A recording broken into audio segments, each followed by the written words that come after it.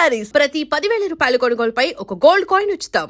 ఒక సంచలనాన్ని క్రియేట్ చేసిన తర్వాత మరింత పెద్ద సంచలనం వైపుకి అతని అడుగులు పడ్డాయి. ఆ పెద్ద సంచలనమే ఎంతమందో యంగ్ డైరెక్టర్స్కి మెగాస్టార్ చిరంజీవితో సినిమా చేయాలనే కళ అలా గుండెల్లో అలాగే ఉండిపోతుంది. కానీ ఆ కళ ఈ యంగ్ డైరెక్టర్ విషయంలో మాత్రం అక్షరాల నిజమైంది. ఆ యంగ్ డైరెక్టర్ పేరే చెప్పగలరా?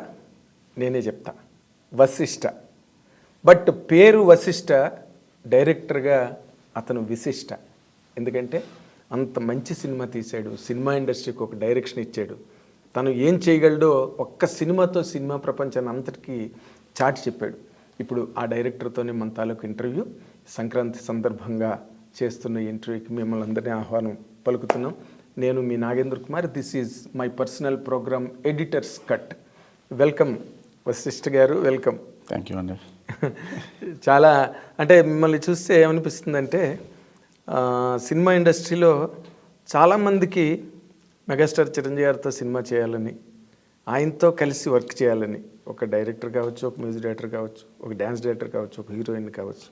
ఎప్పుడో రాశాను నేను గతంలో ఆయన మీద, దాదాపు 25 ఏళ్ల క్రితం. అందరి గమ్యం చిరంజీవి గారే అని. అలాంటి గమ్యాన్ని మీరు 2 చేతులతో పట్టుకున్నారు. How is your feeling about it? అంటే అది వి కాంట్ ఎక్స్ప్రెస్. అసలు ఊహించలేదు, అలా జరిగిపోయింది అంతే. అది అంతేనా?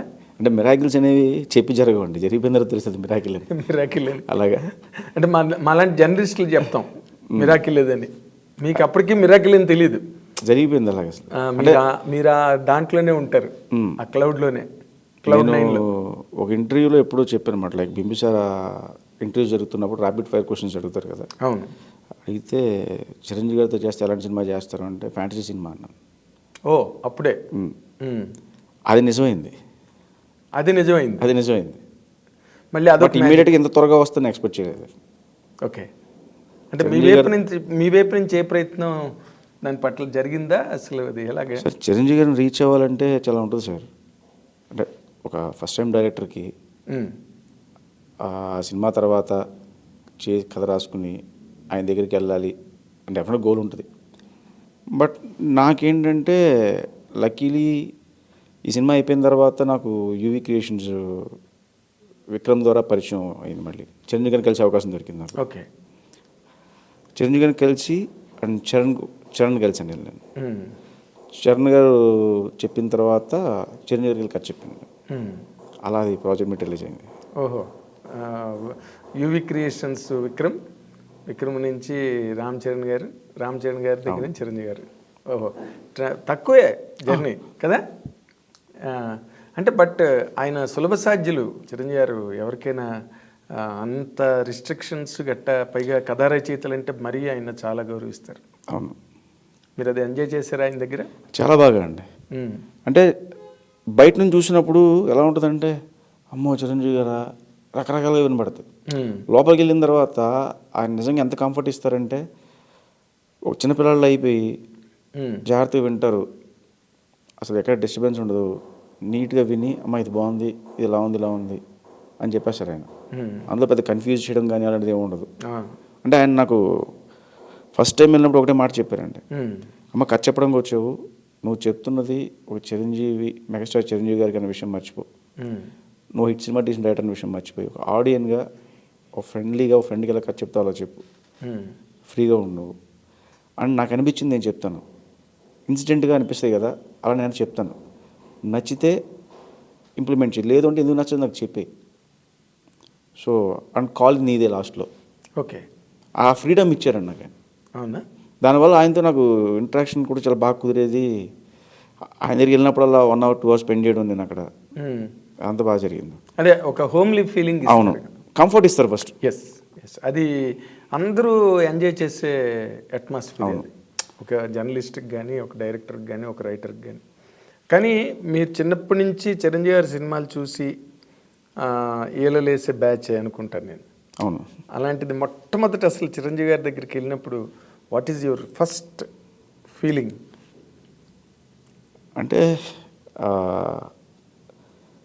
దానికి ముందు నేను చిరంజీవి గారిని కలిసానండి చాలాసార్లు. ఓహో. లాంగ్ బ్యాక్ ఎప్పటి నుంచి, ఎందుకంటే చరణ్తో పాటు నేను ఒకే స్కూల్ అండ్ కాలేజ్ చరణ్ నా క్లాస్మేట్ నాకు. ఓకే. సో అలాగా అండ్ అల్లు శిరీష్, చరణ్, రాణా అందరం మేము బ్యాచ్మేట్స్ మేడం. ఓకే. అలా నేను చిరంజీవి గారి ఇంటికి వెళ్ళేవాడిని నేను. ఓహో. సో అలా చూసి అంటే డాడీ వీళ్ళందరూ ఉంది కాబట్టి అవును. అలా నాకు పరిచయం నాకు. ఓకే. ఆ తర్వాత మధ్యలో ఒక 10 days 15 days ఓ సినిమాకి కూడా పనిచేశాను. ఆయన సినిమాకి నేను ఏ సినిమాకి? శంకర్దాద ఎంబీబీఎస్కి అప్రెంటిస్కి వెళ్ళా. ఓకే. సో అలా కూడా నాకు ఆయన పరిచయం మాట. ఓకే. సో నిన్ను చూసి కొత్తగా ఫీల్ అయ్యేది ఏం లేదు ఆయన, కొత్త కుర్రాడు వచ్చాడు నా బట్ డెఫినెట్గా అప్పుడు ఏదో మామూలుగా ఇప్పుడు డైరెక్టర్కి వెళ్ళినప్పుడు ఒక ఎక్సైట్మెంట్ ఉంటుంది. ఎస్ చిరంజీవి గారు కథ చెప్తున్నావు. ఎస్. ముందు రోజు రాత్రి ఎలాగా ఖచ్చితంగా ఆ టెన్షన్ ఆబ్వియస్లీ ఆ టెన్షన్ ఉంటుందండి. అవునా? ఏంటి what is the special homework మీరు చేసింది? చిరంజీవి గారికి రేపు కథ చెప్పబోతున్నావు and all time great hero and of course మీకు ఫ్యామిలీతో రిలేషన్ కూడా ఉంది కాబట్టి. అంటే ఒకటి చెప్తాను సార్, హీరో డైరెక్టర్ ఎంత ఫ్రెండ్స్ అయినా అవ్వచ్చు, లేకపోతే వేరే రిలేషన్ అయినా ఉండొచ్చు, కానీ కథ నచ్చిందే సినిమాలు చేస్తారు సార్ ఎవరన్నా. మనం చెప్పే కథ నచ్చాలి. ఎస్. ఈవెన్ బ్యాక్గ్రౌండ్ కూడా ఒకటే చెప్తా. ఎక్కడి దాకా తీసుకెళ్తుంటే ఫోన్ కాల్ వరకు తీసుకెళ్తారు. సార్ ఐఎమ్ సో అంటే ఓకే రామ్మా అంటారు. అక్కడికి వెళ్ళిన తర్వాత మనం కథ చెప్పి ఒప్పించుకోవాలి. మనం చెప్పే కథ నడిపిస్తే తప్పితే ఓకే ఈ నా ఫ్రెండ్ కొడుకు లేకపోతే ఈయన నా అబ్బాయి వాళ్ళ అబ్బాయి అవన్నీ నడవండి. అవును. స్ట్రైట్గా మనం వెళ్ళి చెప్పే కథే మనల్ని నిలబెడుతుంది అక్కడ ఫైనల్ కంటెంట్. ఎందుకంటే కథ విషయంలో ఆబ్లిగేషన్స్ ఇవన్నీ పనిచేయవు. అవును. అవును. కంటెంట్ స్పీక్స్ అంతే. ఇప్పుడు ఆయన కథ నచ్చింది కాబట్టి మెటీరియలైజ్ అయిందండి. నచ్చకపోతే అవును వేరే కథ చూసి వేరే వెళ్ళాలి మళ్ళీ. అవును కరెక్ట్ కదా. ఇప్పుడు ఎవరైనా కూడా కంటెంట్ బాగుందంటే ఎప్రిషియేట్ చేస్తారు, వెంటనే ముందుకు వస్తారు ప్రాజెక్ట్ చేయడానికి. And the same case with you now.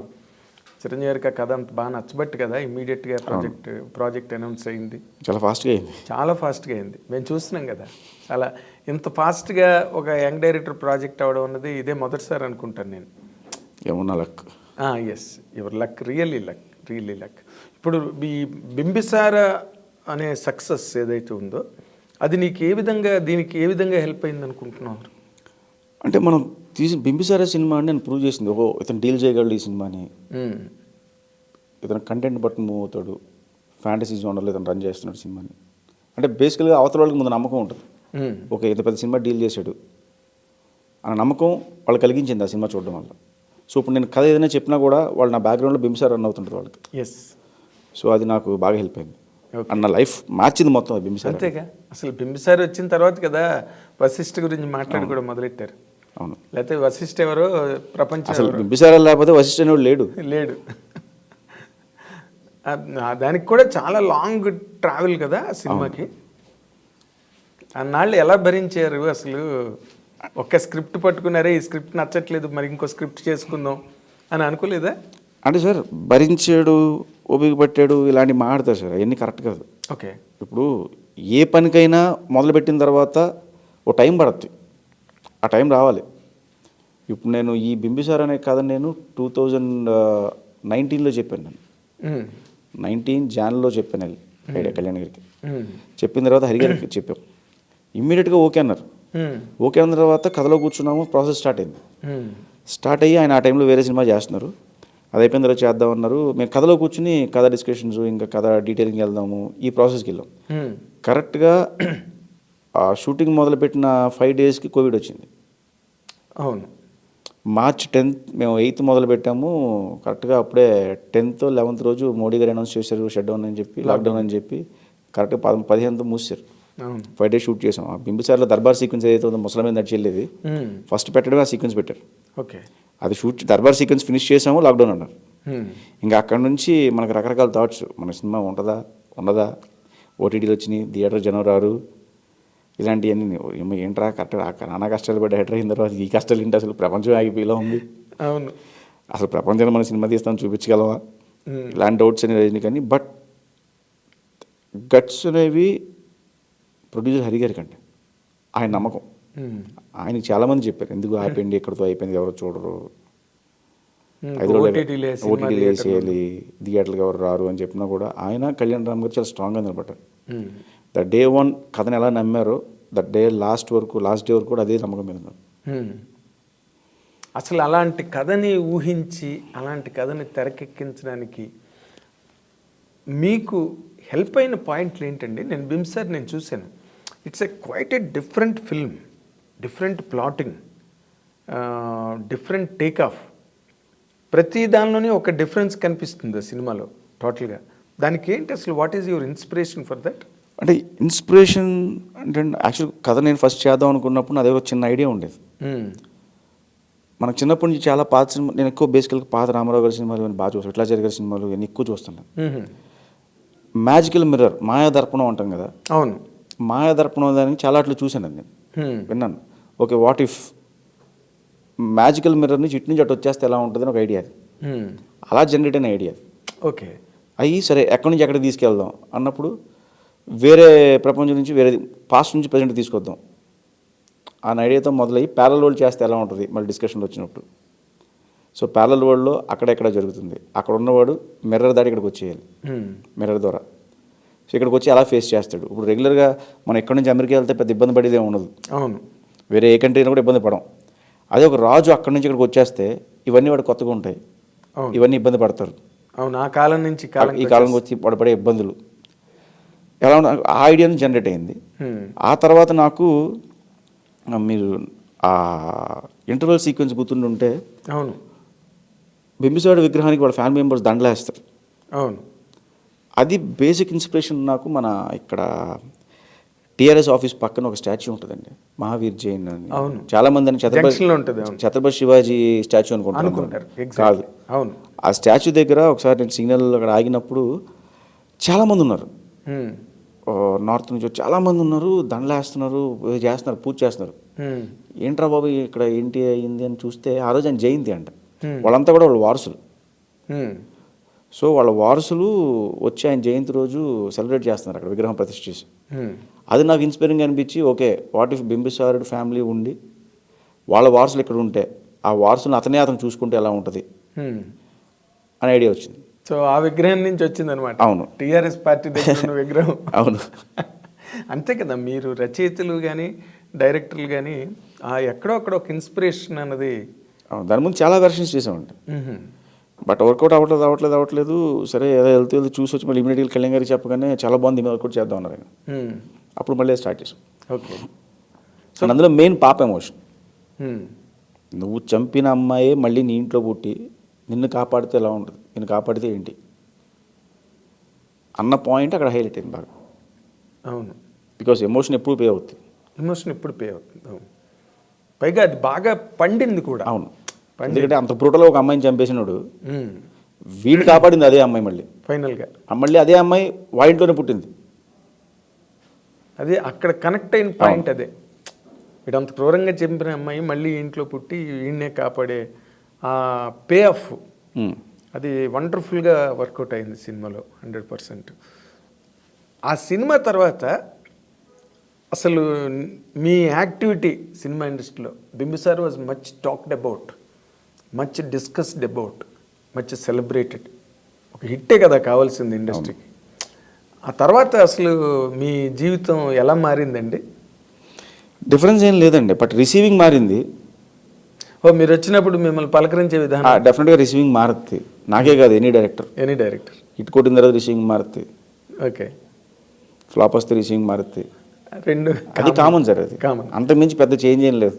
Okay, but what is okay, మీరు సినిమా ఇండస్ట్రీలోనే పుట్టారు, మీ ఫాదర్ కూడా ఒక ప్రామినెంట్ పర్సన్ ఇండస్ట్రీలో. But what is your difficulties ఆ రోజుల్లో ఒక డైరెక్టర్ అవ్వడానికి? మరి సినిమా కష్టాలు ఉంటాయని నేను అనుకోను. అంటే సార్ సినిమా కష్టాలు ఇవన్నీ మాట్లాడుకోవడానికి బాగుంటాయి సార్. ఫ్రాంక్గా చెప్పేది ఏంటంటే, ఇందాక మీతో చెప్పినట్టు మనం కథ రాసుకున్న తర్వాత మా ఫాదర్ ఎంతవరకు హెల్ప్ అవుతారంటే, నేను పలానా వాళ్ళు కథ చెప్దాం అనుకుంటే కొంచెం రికమెండ్ చేస్తారా అంటే ఆయన ఫోన్ చేసి చెప్పగలరు. ఆ తర్వాత ఆ గడప ఇటువరకునే ఆయన ఫోన్ కాల్ పనిచేస్తుంది. ఇమీడియట్గా రమ్మంటారు కలవడానికి. లోపలికి వెళ్ళిన తర్వాత మనం ఏం చెప్తాం దాని మీద డిపెండ్ అయి ఉంటుంది. సో ఆబ్వియస్లీ అదే నేను ఫేస్ చేశాను. ఓకే, అండ్ ఎప్పుడు మా డాడీ ఫోన్ చేసి ఎప్పుడు చెప్పలేదు ఎవరికి, నేను అడగలేదు ఆయన్ని.